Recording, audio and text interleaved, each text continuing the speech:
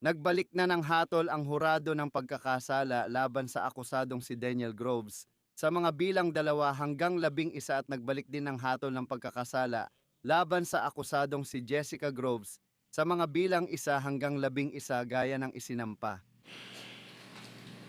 Gusto kong marinig mula sa mga abogado sa puntong ito ang kanilang mga posisyon tungkol sa doktrina ng pagsasanib at ang kanilang mga posisyon kung alinman sa mga kasong ito ay magkakaugnay, mga kasong may magkatulad na kahulugan. Ginong Timan, sabay kong tatalakayin ang 2 akusado dahil sapat ang pagkakapareho nila kahit magkaiba ang hatol. Naniniwala akong kaya natin ito. Siyempre po, kagalang-galang na hukom. Ano po ang posisyon ng Estado tungkol sa pagsasanib? Opo, kagalang-galang na hukom. Tungkol po sa pinalalang pagpatay at pagpatay, ang Estado na siyang naangkop sa kaso ni Jessica Groves ay umaamin na ang kasong pagpatay ay magsasanib sa bilang isa pinalalang pagpatay, pati na rin sa bilang isa-isa na tinutukoy natin bilang mga huling pinsala, yung mga bali ng buto na hindi gumagaling. Ang bilang 11 ay magsasanib sa bilang 2 para sa felonious assault at bilang 2 na pagpatay, kaya't ito rin ay magsasanib sa bilang 1 para sa paghatol kay Binibining Groves. Gagamitin namin ang bilang 1 pinalalang pagpatay. Ang estado ng Ohio ay magsusumit na ang bilang 3 ang kidnapping at bilang 6 ang panghihimasok sa kustodya ay magsasanib. Hindi sila magsasanib sa kahit anong ibang bilang. Pipiliin naming ituloy ang bilang 3 para sa paghatol doon. At kung maaari kong idagdag kagalang-galang na hukom. Kasama na dyan ang posibleng Reagan Tokes na naging epektibo noong Marso 22, 2019. Hindi pare-pareho ang mga paratang ukol sa petsa ng pagdukot. Ang epektibong petsa para sa layunin ng paghatol. Ang estado ng Ohio ay handang umamin na at palitin yun bago pa ang Reagan Tokes na paghatol.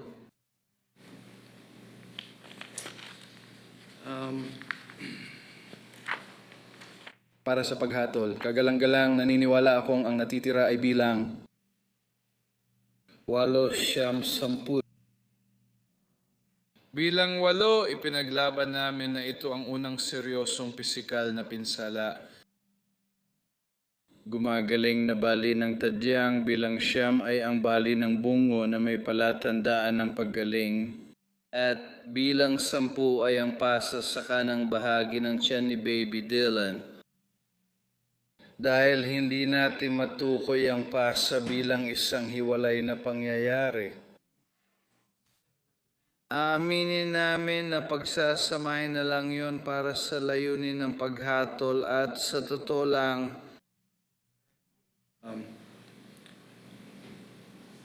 iminumungkahi ko na isama ito sa bilang 8 dahil mas may saysay ito batay sa ebidensyang nasa korte. Yun ay 8 at 10. Opo, kagalang-galang na hukom.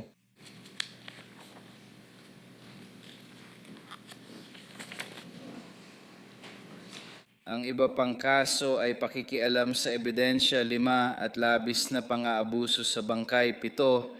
Ang Ohio ay magrereklamo na hindi dapat pagsamahin ang 2 kaso.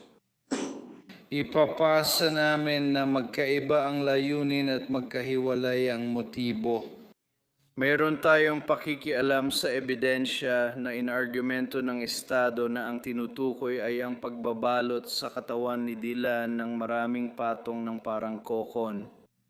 Sa bilang 7, ipapasa namin na ito ay tumutukoy sa pagtatapon at pag-iwan sa katawan ng bata sa balon o na ang bata. May ebidensya na ilang araw nang naiwan ang katawan niya sa paligid ng bahay.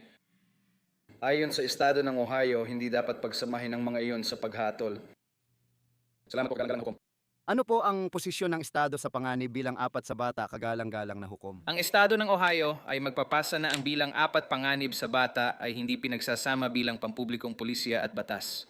Umasa kami sa kaso ng Estado B. Brown mula sa Supreme Court ng Ohio tungkol dyan. Sa totoo lang, base sa ebidensya, ang paulit-ulit na paglalagay sa bata sa panganib para sa kasong ito, pati na rin ang patuloy na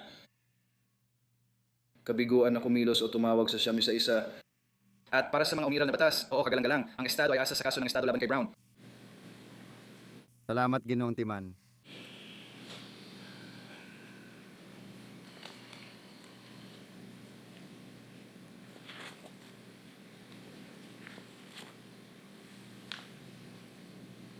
Binibining Iskot, nais mo bang magsalita at ano ang iyong posisyon? Pareho ba kayo ng posisyon ni Daniel Groves sa mga kasong ito?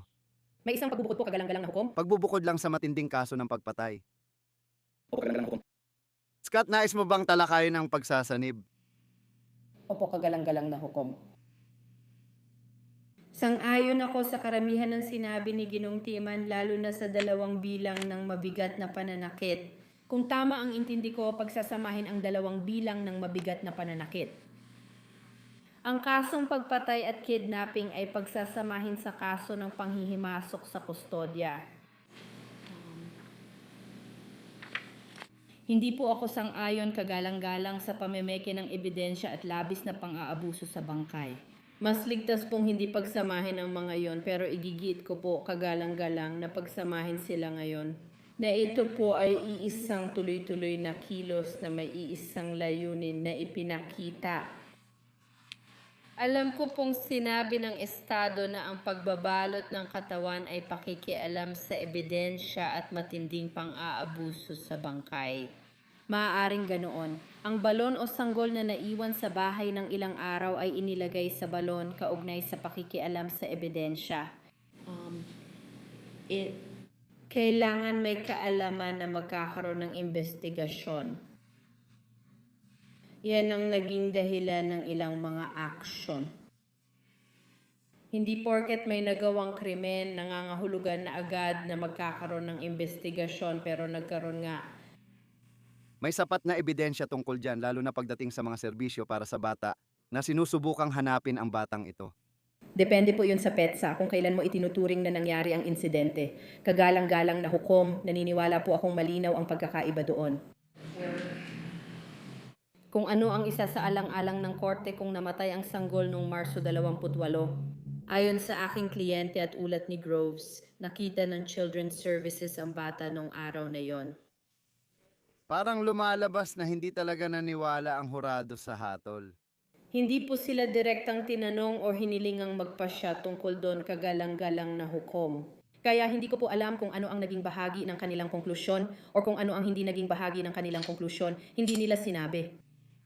Hindi po sila inatasang magdesisyon tungkol doon. Hindi natin masisiguro na sinunod nila ang utos ng korte, Canva. Hindi ako naniniwala doon. Inutusan ng korte na magpasya kung kailan ang katawan o kung kailan pumanaw si Baby Daylan. Di ako naniniwala na inutos sa kanila yon o kabilang iyon sa mga tagubilin. Kaya, base sa sinabi ng aking kliyente, si Ginong Groves, pati na rin ni Jessica Groves ay pumanaw si Baby Daylan noong ika-28 ng Marso. Iyon din ang araw na napanood ng Children's Services ang paglilitis, pero wala pa silang binigay na dahilan noon. Para magsagawa ng investigasyon.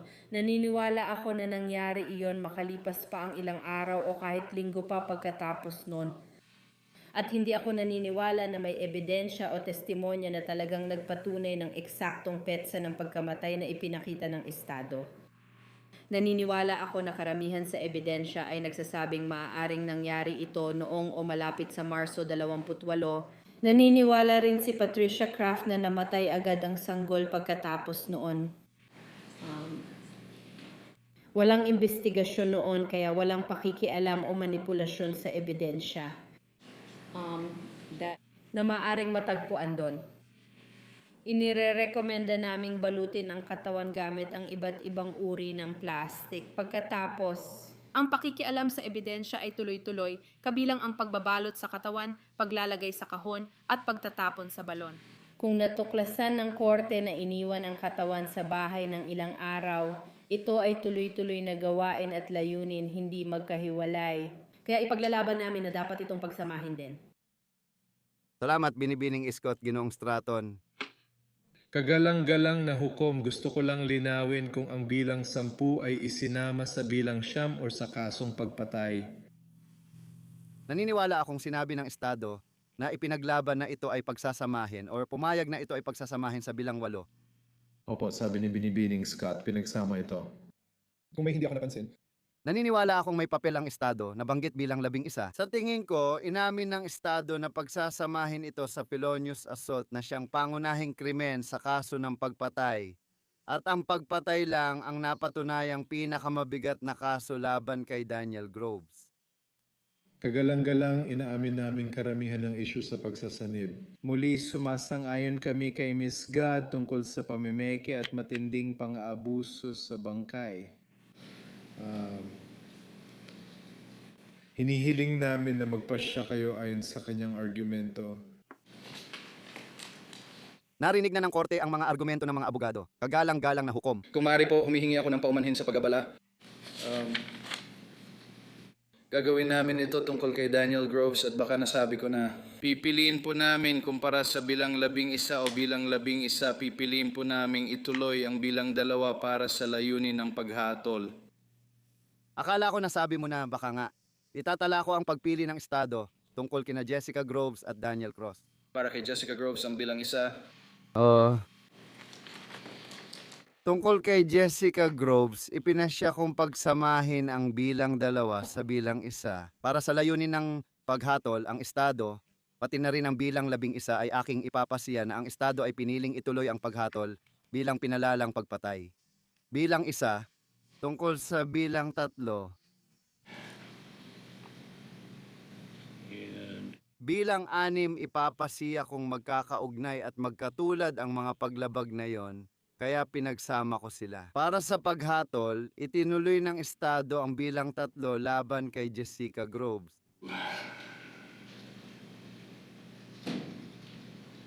Bilang 4, aking ipapasiya iyon. Batay sa testimonya, ipapasya kung magkaiba ang layunin at hindi ito pinagsasama, kaya ito ay paglabag para sa layunin ng paghatol.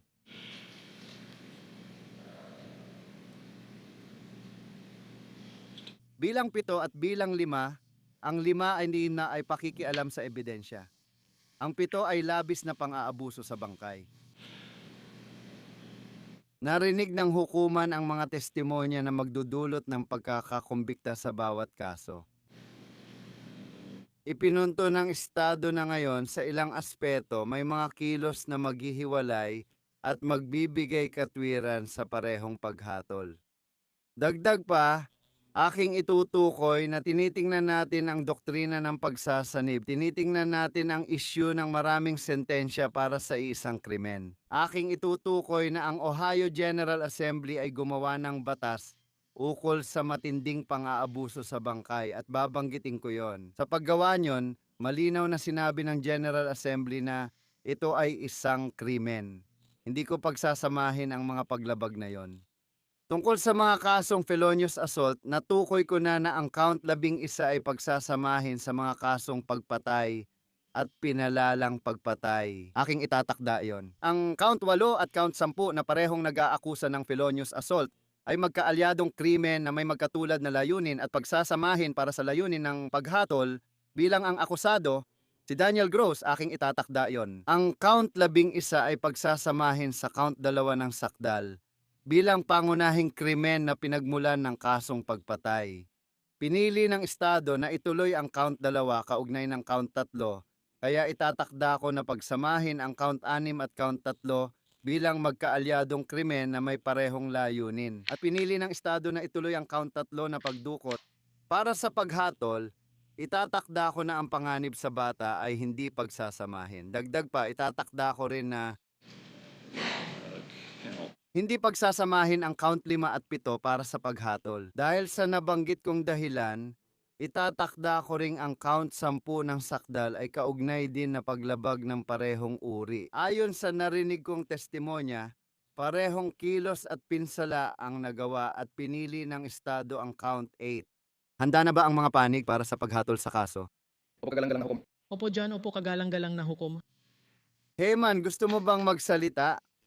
O nais ba ng kinatawan ng biktima o siya mismo na magsalita, kagalang-galang na hukom? Hihilingin namin na payagan si Andrew Bowling magsalita. May maikling komento ako pagkatapos ay ipapasa ko sa kanya. Ikaw ang mauunang magsalita, hindi ba, Ginong Tim? Oo, magsasalita ako ng maikli. Ma'am, maupo po muna. Tatawagin namin kayo mamaya.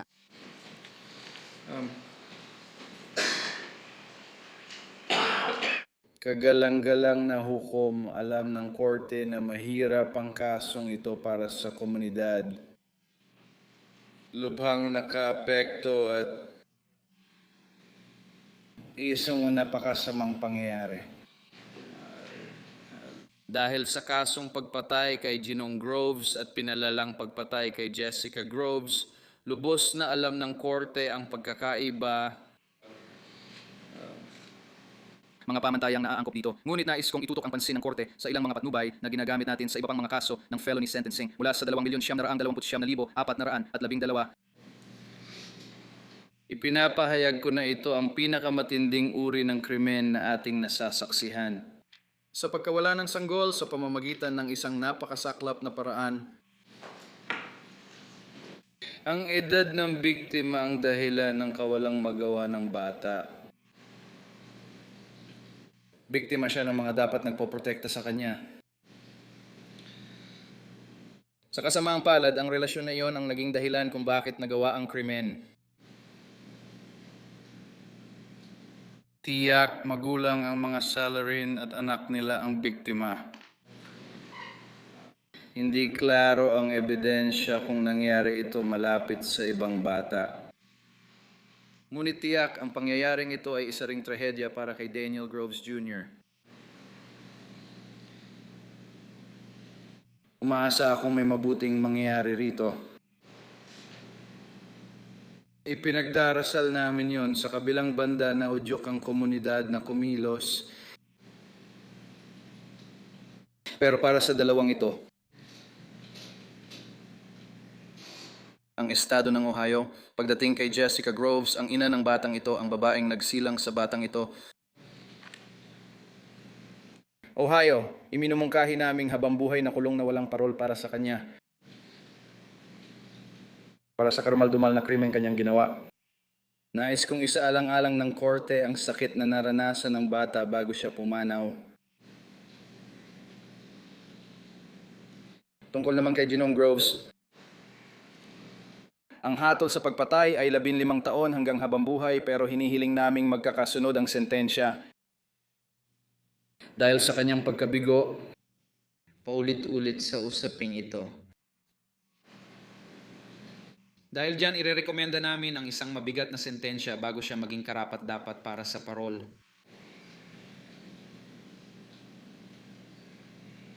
Maraming salamat. Galang. Ginong Tayman, Binibining Bowling, gusto mo bang magbigay ng pahayag bilang kinatawan ng biktima? Maaari kang lumapit o tumayo sa podium.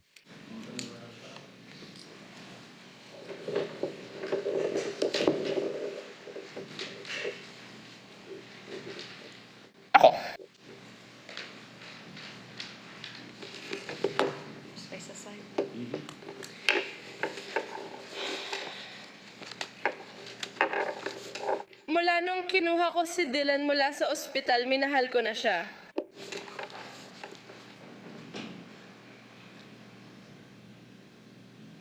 Ako ang nagsasalita para kay Dylan ngayon. Hindi ako nagkaroon ng pagkakataong magsalita, naputol ng maaga ang buhay ko, pero magkakaroon ng malaking epekto ang buhay ko. Sisiguraduhin ng foster mom ko na matutulungan at maprotektahan ko ang ibang sanggol. Ngayon ang aking unang kaarawan. Hindi ako nagkaroon ng party, walang cake, ice cream, at hindi ako nabigyan ng mga regalo, pero nakamit ko ang hustisya ngayon. Ngayon, nasa kandungan ako ni Jesus. Nasa mga anghel na ako ngayon. Ang pagkakataon kong magkaroon ng buhay dito sa mundo ay nawala ng masyadong maaga. Walang pagkakataon matutong magbisikleta, mangisda, maglaro ng baseball, tumakbo at maglaro sa palaruan, o makilala ang mga kaibigan at pamilya. Ako ay perpekto, maaari sana akong maging kahit ano. Mangangaral, doktor, abogada. Ngayon layunin kong tumulong iligtas ang iba. Babantayan ko ang buhay ko para protektahan ang mga sanggol sa mundo at matutuwa ako kapag nabago ang mga batas. May iniwang bakas ako sa mundo at malaki ang naging epekto nito. Malaki ang naging epekto ko sa mundong ito at sabi ka kong hintayin ang araw na muling mayakap ako ng aking foster mommy. Salamat po, ma'am. Bago ako magpatuloy sa pahayag ng tagapagtanggol at sa salaysay ng akusado. Kanina, inamin ng estado na si Reagan ay tumanggap ng dagdag na parusa habang tinatalakay ang merger kaya hindi na angkop ang saklaw ng mga paglabag na ito. Ipinapalagay kong sang-ayon din ang tagapagtanggol sa bagay na iyon. Yes, Your Honor. Scott, may sasabihin ka ba para sa kliyente mo? Mananatili po ba ako dito or lilipat sa podium kagalang-galang na hukom? Pwede ka na sa podium or mesa kung gusto mo. Ayos lang po. May boses naman ako na sa tingin ko ay maririnig kahit malayo. Kagalang-galang na hukom gaya ng lagi kong binabanggit sa pagdinig, ayaw po naming talakayin ang paksang ito. Ayaw naming pag-usapan ang paksang ito. Hinihiling ko sa korte na isaalang-alang na walang anumang record ng krimen o mabigat na paglabag ang aking kliyente. Hinihiling ko pong isaalang-alang ng korte kung ano ang pinili niyang angkinin, itakwil at hindi nagawa ng hurado.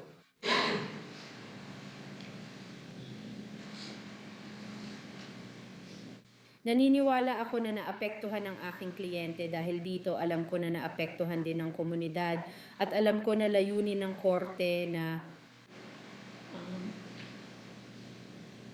magpataw ng parusa sa usaping ito, ngunit sana maging makatuwiran ng korte na huwag igawad ng korte ang pinakamabigat na parusa sa lahat ng kasong ito at huwag ding ipataw ang mga ito ng sunod-sunod. Hindi ko alam kung ang naunang kriminal na record ng aking mga kliyente ay magbibigay dahilan para doon. O na ang kanyang mga ginawa ay magbibigay dahilan para doon. At umaasa ako na isasaalang-alang ng korte ang lahat ng iyon sa paggawa at pagbibigay ng hatol dito ngayon. Salamat. Salamat, Binibining Scott. Ginoong Daniel Groves, meron ka bang nais sabihin bago ko ipataw ang hatol? Opo, Ginoo. Ginoong Stratton, meron po ba kayong nais sabihin para sa inyong kliyente?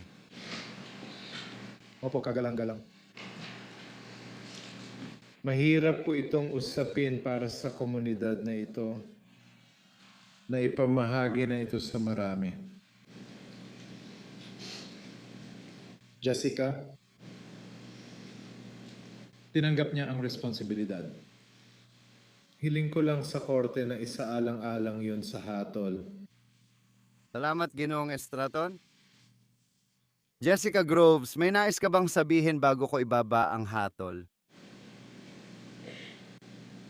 Sobrang pasensya na po talaga. Kahit ano pa ang gawin nyo sa akin, hindi nyo kayang tumbasan ang gagawin ko sa sarili ko, ang kailangan kong pagdaanan habang buhay. Alam kong ako ang gumawa nito sa anak ko. Bigo ako bilang ina. Patawad. Meron ka pa bang gustong sabihin?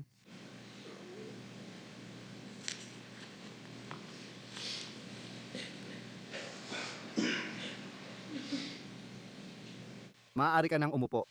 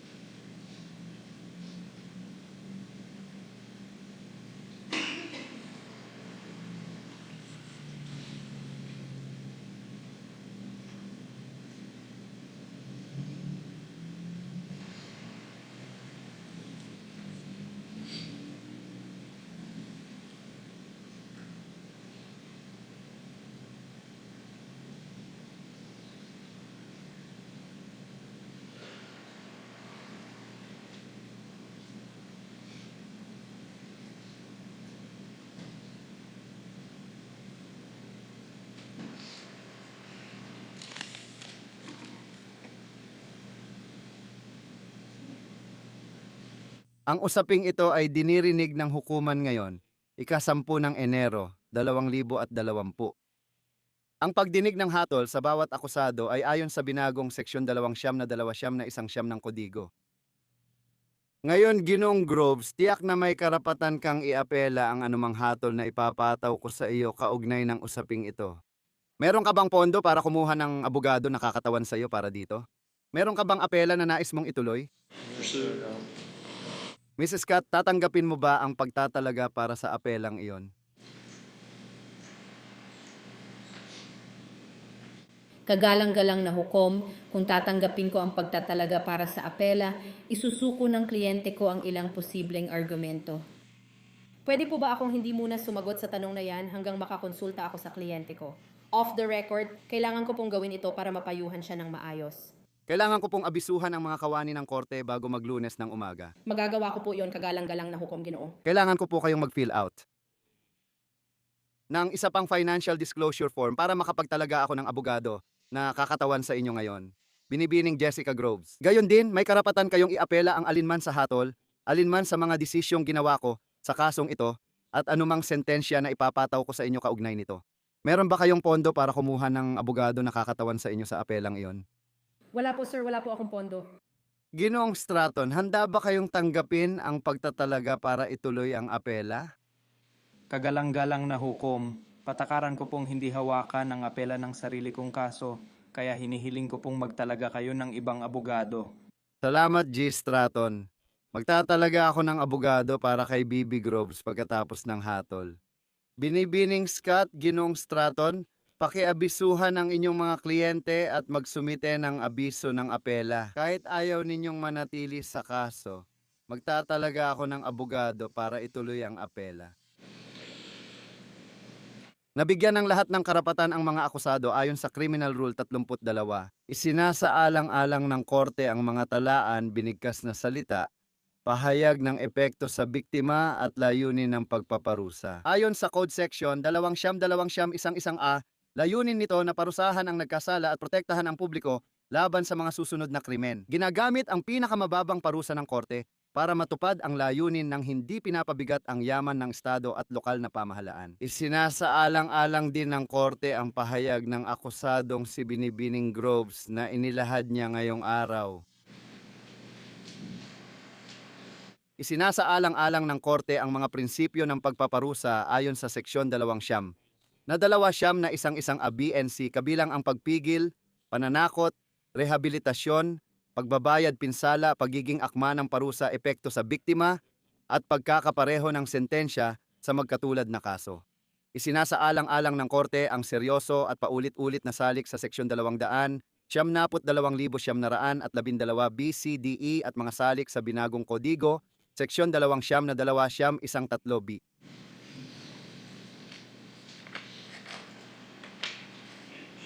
Itatakda rin ng korte ang sunod-sunod na sentensya para maprotektahan ang publiko at maiwasan ang krimen. Upang parusahan ang nagkasala, bawat nagkasala, at hindi labis sa bigat ng ginawa ng nagkasala, pati na rin ang panganib na dulot ng nagkasala sa publiko. Maaaring matukoy ng korte kung may isa o higit pang paglabag. Ginawa bilang bahagi ng serye ng gawain at ang pinsalang dulot ng dalawa o higit pa sa mga nagawang paglabag ay napakalaki o kakaiba na walang isang sentensya ng pagkakakulong para sa alinman sa mga paglabag na ginawa bilang bahagi ng serye ng gawain ang sapat na sumasalamin sa bigat ng ginawa ng nagkasala. Ang hukuman na ito ay higit pang magpapasya ukol sa ang akusado, Daniel Groves. Ayon sa binagong Seksyon 200-212B, ang hukuman ang magpapasya sa pinsala ay lumala dahil sa pisikal na kalagayan o edad ng biktima at magpapasya rin na ang biktima ay nagdusa ng matinding pisikal na pinsala bilang resulta ng mga krimen. Ang hukuman ay magpapasya pa na ang relasyon ni Ginong Groves sa biktima ay nagpadali sa krimeng ito.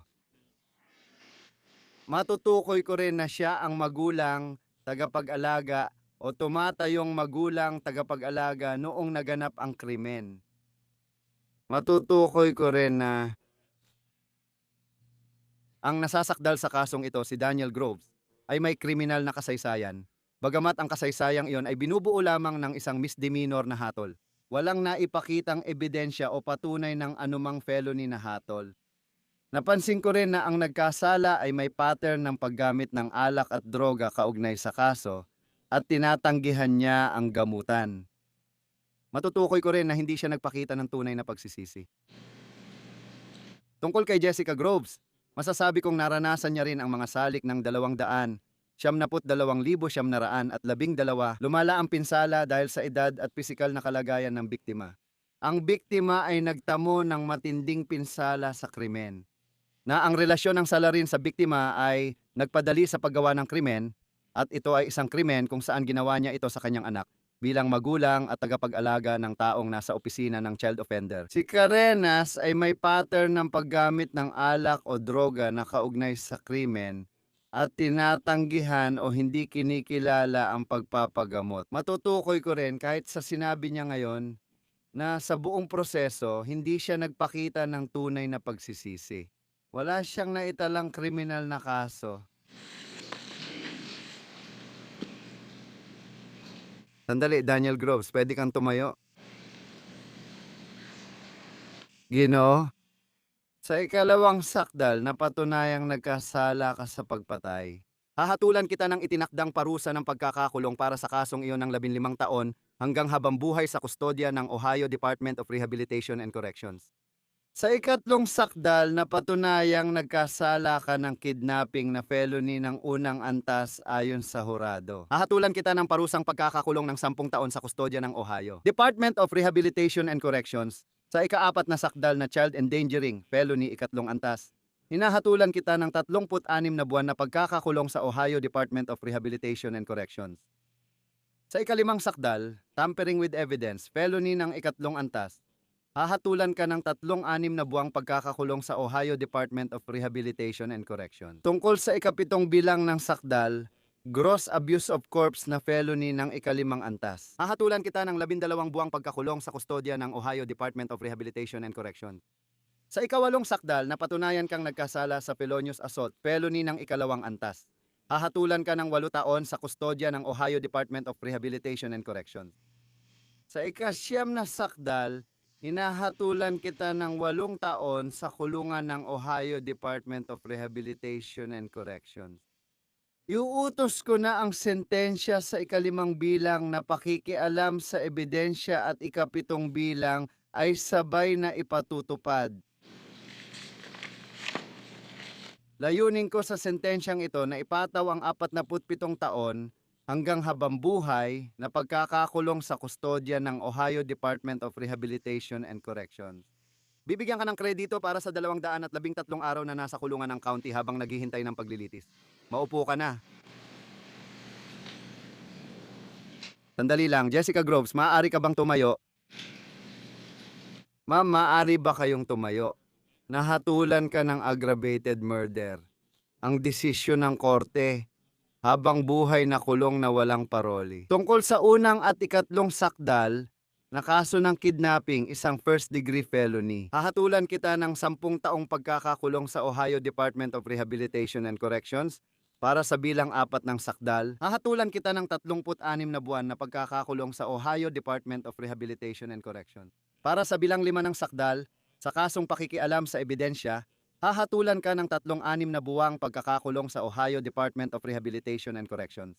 Sa bilang 7 ng sakdal, dahil sa matinding pang-aabuso sa bangkay, makukulong ka ng 12 buwan sa Ohio Department of Rehabilitation and Corrections.